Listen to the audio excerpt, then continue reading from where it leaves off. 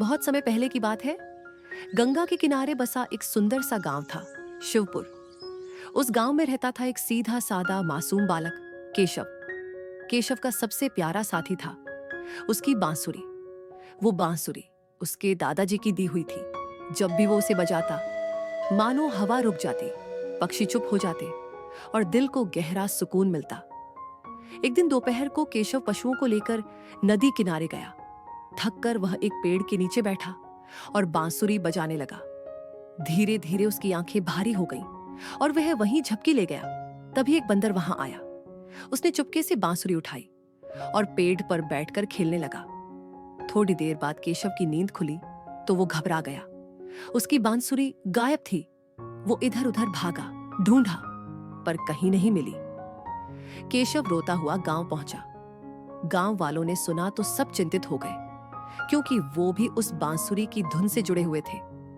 गांव के बुजुर्गों ने ऐलान किया, जो कोई केशव की बांसुरी वापस लाएगा उसे पुरस्कार दिया जाएगा। अब तो पूरा गांव उसे खोजने में लग गया।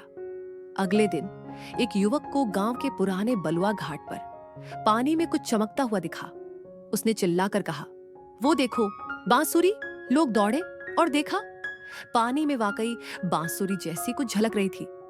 एक युवक कूदा, फिर दूसरा, फिर तीसरा।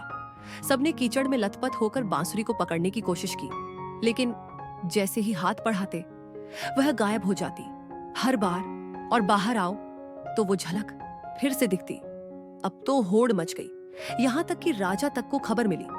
राजा ने सोचा, अगर मैं उसे ले आऊं तो मेरा मान और बढ़ेगा, और वो भी अपने राजसी वस्त्र निकालकर घाट में कूद गया। तभी वहां से एक संत का गुजर हुआ। उन्होंने देखा, गांव के लोग, राजा, युवक, वृद्ध, सब कीचड़ में लथपथ। संत मुस्कुराए और बोले, भाइयों, किसे पकड़ने की कोशिश कर रहे हो? लोग बोले, महाराज, वो देखिए, बांसुरी पानी में झलक रही है। संत ने ऊपर देखा और मुस्कुराते हुए कहा, अरे, नीचे जो तुम देख रहे हो वो बांसुरी की परछाई है। असली बांसुरी तो उस नीम की ऊंची शाखा पर टंगी है। सभी ने ऊपर देखा और वाकई बांसुरी वहीं लटकी हुई थी। मित्रों, हम सब जीवन में ऐसी ही बांसुरी की परछाई को पकड़ने में लगे रहते हैं। पैसा, प्रतिष्ठा, पद, ये सब बाहर चमकते हैं और हम सोचते हैं बस इसे पालें तो शांति मिल जाएगी। लेकिन असली शांति, असली आनंद हमारे भीतर होता है। वो बांसुरी हमारे ही अंतर्मन की ऊंचाई पर टंगी होती है। उसे पाने के लिए बाहर दौड़ने की नहीं, भीतर झांकने की जरूरत होती है।